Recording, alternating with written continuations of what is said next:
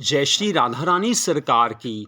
जय श्री कृष्ण भगवान की। जय श्रीमद् भागवत महापुराण की। जय सदगुरुदेव श्री बंसी वाले महाराज की। श्रीमद् भागवत महापुराण के 8वें स्कंद के अध्याय 19 और 20 की कथा आज हम आपको सुनाने जा रहे हैं।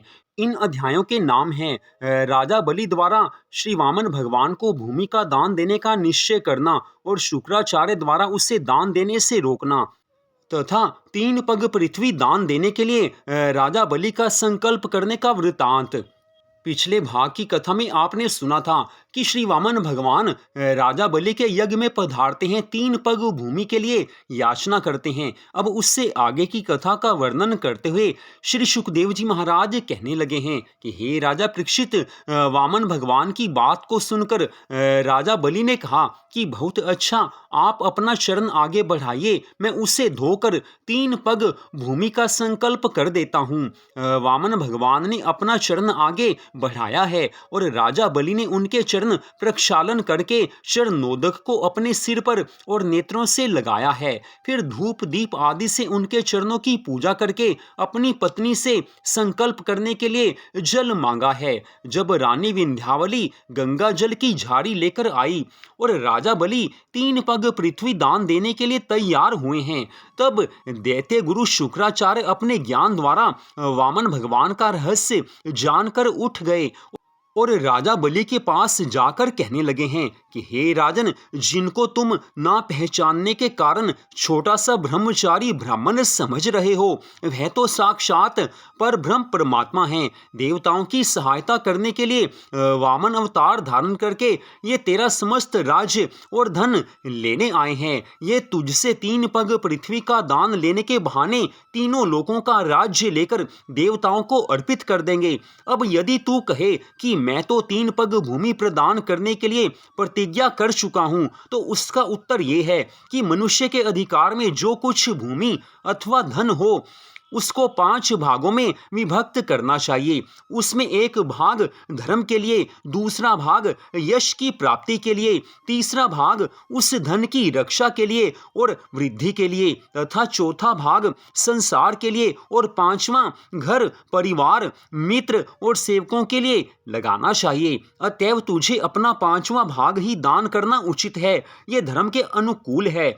तुम यही बात वामन भगवान से कह दो, अन्यथा अगर तुम मेरी बात नहीं मानोगे तो आज वामन भगवान 2 ही पग में 14 भुवनों को नाप लेंगे। इस दशा में तू तीसरे पग की भूमि उन्हें दान नहीं कर पाएगा और नरक का भागी अवश्य बन जाएगा।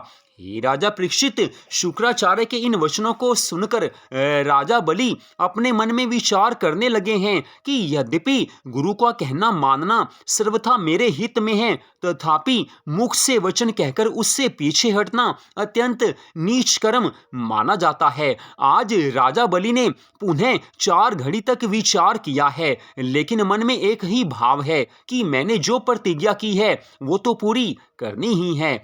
आज राजा बलि सोचने लगे हैं कि ब्रह्मा जी द्वारा अनेक वर प्राप्त करके मेरे दादा हिरण्यकशिपु को मारकर जिन श्री नारायण भगवान ने सारा राज्य छीन लिया, आज वही श्री नारायण भगवान वामन स्वरूप धरकर मेरे घर आकर भिखारी के समान मुझसे 3 पग भूमि का दान मांगते हैं।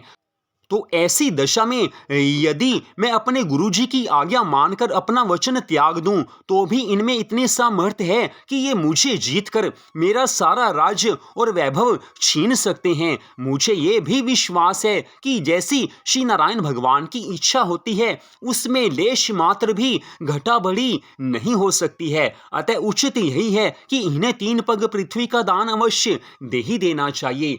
आज राजा बलि के मन में धर्म की बातें आ रही हैं, क्योंकि वह प्रहलाद महाराज जी के वंश में से हैं। मन में एक भाव है कि अब जैसे भी हो मुझे अपने वचन का पालन करना है। वामन भगवान सामने हैं, लेकिन दैत्य गुरु शुक्राचार्य 3 पग भूमि दान देने के लिए मना कर रहे हैं। लेकिन राजा बलि सोच रहे हैं कि मैंने वचन दिया है तो वचन तो पूरा करना ही होगा।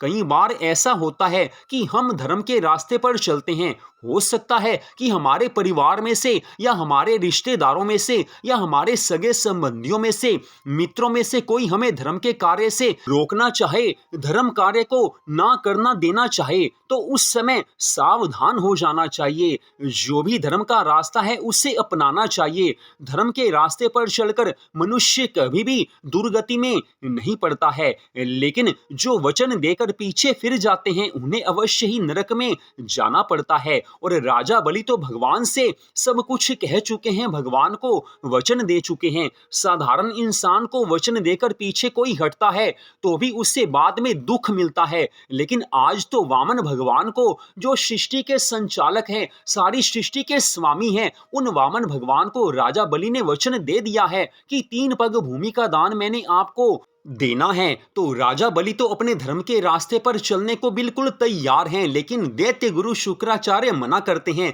फिर भी राजा बलि सोचते हैं कि मुझे धर्म के रास्ते को नहीं छोड़ना है। राजा बलि ने जो कुछ वचन भगवान को दिए हैं उनका पालन करना ही है, ये उनके मन का भाव है और वो ऐसा ही करने वाले हैं। तो हमें भी धर्म के रास्ते पर चलना चाहिए। कभी धर्म और अधर्म 2 रास्ते सामने आ जाएं और धर्म के रास्ते पर चलकर हमें ऐसा लगे कि आगे जाके कठिनाई आ सकती है, और अधर्म के रास्ते पर चलकर ऐसा लगे कि हमें तो सुख मिलेगा, तो उस समय धर्म के रास्ते पर ही चलना चाहिए। क्योंकि धर्म के रास्ते पर चलकर हो सकता है कि उस समय कुछ कठिनाई आए, लेकिन धर्म का रास्ता आगे जाकर फूलों का रास्ता बन जाता है, वहां पर भगवान की कृपा मिलती है। लेकिन जो अधर्म का रास्ता होता है, पाप का रास्ता होता है, हो सकता है वो इस समय पुष्पों जैसा लग रहा हो, फूलों जैसा लग रहा हो, लेकिन उस रास्ते पर आगे जाकर कांटे ही कांटे मिलेंगे, और वो कांटे जीवन में ऐसे चुभेंगे कि मनुष्य फिर जीवन भर उनसे बच नहीं पाएगा, पाप के रास्ते को छोड़ नहीं पाएगा। जो अधर्म के रास्ते पर चलते हैं, पाप के रास्ते पर चलते हैं, उन्हें ऐसा लगता है कि हम अच्छा काम कर रहे हैं, लेकिन वो ऐसे कुचक्र में फंसते हैं कि पाप के रास्ते को वो छोड़ ही नहीं पाते हैं। तो बुद्धिमानी इसी में है कि धर्म के रास्ते पर चलना चाहिए, भगवान की भक्ति करनी चाहिए, भगवान के चरणों में रहकर अपने सब सांसारिक कार्य करने चाहिए। तो आज 20वें अध्याय की कथा में श्री सुखदेव जी महाराज आगे की कथा का वर्णन करते हुए राजा परीक्षित से कहने लगे हैं कि हे राजन, इस प्रकार आज राजा बलि ने निर्णय किया है कि मुझे तो 3 पग भूमि का दान देना ही है। अब राजा बलि दैत्य गुरु शुक्राचार्य जी से कहने लगे हैं कि हे गुरु जी, आपने जो ये कहा है कि इस विप्र को पृथ्वी का दान मत दो, सो मैं ये कहता हूँ कि ब्राह्मण से कहकर पीछे पलटने का बहुत बड़ा पाप होता है। यह राज्य, धन और भौतिक सुख हमेशा मेरे साथ नहीं रहेगा, अतः इसके लिए क्या मैं झूठ बोलूं? बिल्कुल भी नहीं बोलूंगा, मिथ्या वचन नहीं कहूंगा। यह राज्य वैभव मेरे साथ नहीं जाएगा, क्योंकि ये सब कुछ किसी के साथ नहीं जाता है। इस कारण मेरा यह राज्य चाहे रहे या चला जाए, मुझे इसकी चिंता नहीं है, लेकिन मैं अपने दिए हुए वचन से पीछे हटने को तैयार नहीं हूं, नहीं हूं, नहीं हूं। मेरे प्रपितामह हिरण्यकशिपु और पितामह भक्तराज प्रहलाद तीनों लोकों के राजा थे और सभी देवता उनकी आज्ञानुसार चलते थे, किंतु वे भी इस संसार में विद्यमान नहीं रहे। मेरे पिता विरोचन भी मृत्यु के कठोर हाथों से नहीं बच सके। इसी प्रकार एक दिन वो भी जरूर आएगा कि मैं इस राज्य तथा धन को छोड़कर परलोकवासी हो जाऊंगा, मुझे भी संसार से जाना होगा। जो प्राणी शुभ कर्मों के करने में रत रहते हैं उनका नाम सदैव अमर रहता है। देखिए, मुनिराज दधीचि ने इंद्र आदि देवताओं के लिए अपने शरीर का परित्याग कर दिया था। राजा शिवी ने अपने शरीर का मांस काट काट कर कबूतर के प्राणों की रक्षा की थी, इसलिए संसार में आज भी उनका यश चारों ओर फैला हुआ है।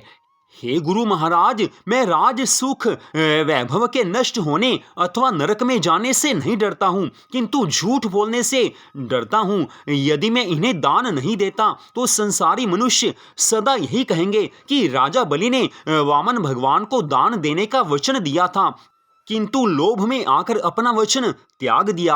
हे गुरु महाराज, मैं प्रहलाद का पौत्र हूँ और पृथ्वी दान देने के लिए प्रतिज्ञा कर चुका हूँ। अब कंजूस की तरह इस ब्राह्मण से कैसे कहूँ कि मैं आपको कही हुई वस्तु नहीं दूंगा, अतः आप ऐसा उपाय कीजिए जिससे मेरा गृहस्थ धर्म बना रहे। आप जो ऐसा कहते हैं कि ये भगवान विष्णु हैं, तो इस संबंध में मेरा ये कथन है कि जिन त्रिलोकीनाथ भगवान को प्रसन्न करने के लिए संसार में जो यज्ञ, तप, दान, हवन आदि कर्म किए जाते हैं, जब वही स्वयं श्री नारायण भगवान आज मेरे द्वार पर भिखारी बनकर दान मांगने आए हैं, तो मैं उन्हें दान देकर प्रसन्न क्यों न करूं।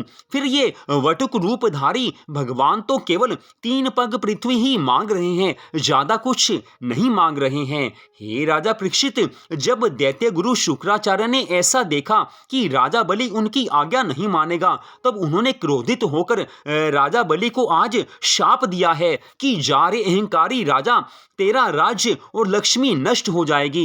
राजा बलि ने उस शाप का कोई दुख नहीं माना और उसने बड़ी प्रसन्नता पूर्वक संकल्प करके वामन भगवान से आज ऐसा कहा है कि हे प्रभु, हे भगवान, आप 3 पग पृथ्वी नाप लीजिए। आज राजा बलि के इन वचनों को सुनकर वामन भगवान ने कहा है कि कल्याण हो। तत्पश्चात वामन भगवान ने देखते ही देखते अपना विराट स्वरूप बनाया है कि जिससे 7 लोक कमर के ऊपर हो गए और उस स्वरूप में समस्त ब्रह्मांडों का आभास हो रहा था।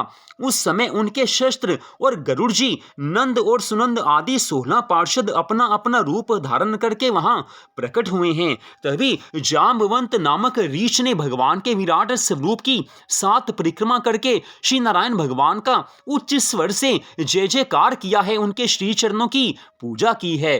भगवान का परम सुंदर स्वरूप देखकर सब आज आनंद में हैं। इतनी कथा सुनाकर श्री सुखदेव जी महाराज कहने लगे हैं कि हे राजा परीक्षित, जब राजा बलि अपने पुरोहित शुक्राचार्य की आज्ञा न मानकर वामन भगवान को पृथ्वी का संकल्प करने लगा, उस समय श्री शुक्राचार्य जी बहुत छोटा सा रूप धारण करके उस जल की झाड़ी की टोंटी में जाकर बैठ गए, जिसे राजा बलि संकल्प करने के लिए अपने हाथ में लिए हुए थे। शुक्राचार्य जी ने उसमें से जल ना निकलने देने की इच्छा से जल निकलने वाले मार्ग को रोकते हुए सोचा था कि जब जल ही नहीं निकलेगा तो राजा संकल्प कैसे कर पाएगा।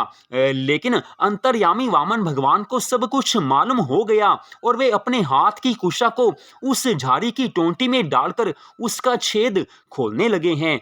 उस समय दैत्य गुरु शुक्राचार्य जी की एक आंख में कुशा की वो नोक लगी है, तब वे टोंटी से बाहर निकलकर भाग गए।